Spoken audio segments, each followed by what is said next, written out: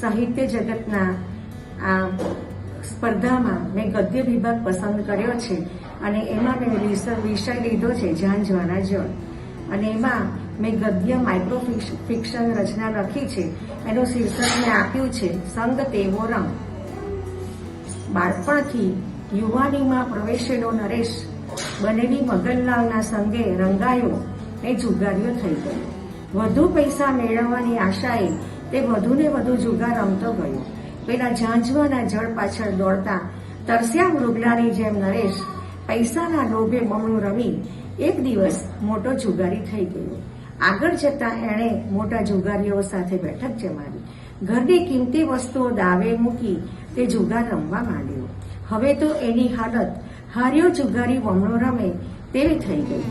દર દાગીના ને રાજ રચેલો તો શું, પણ એક દિવસ ઘરને દાવ પર મૂકી એ જુગાર રમ્યો. કમ નસીબે નરેશ ત્યારે હારી ગયો ને પૈસા માટેની એની આંધળી દોડ આખરે ઝાંઝવામાં ડૂબી ગઈ. એના ભાઈઓ એને ખૂબ સમજાવતા પણ એ ક્યારેય કોઈનું માન્યું નહીં. જુગારની લતને લીધે એના વૈરા છોકરાએ રખડી પડ્યા. આજે તો ઘરને દાવ પર મૂકી હારેલા નરેશને એની બૈરીએ ખૂબ માર્યો.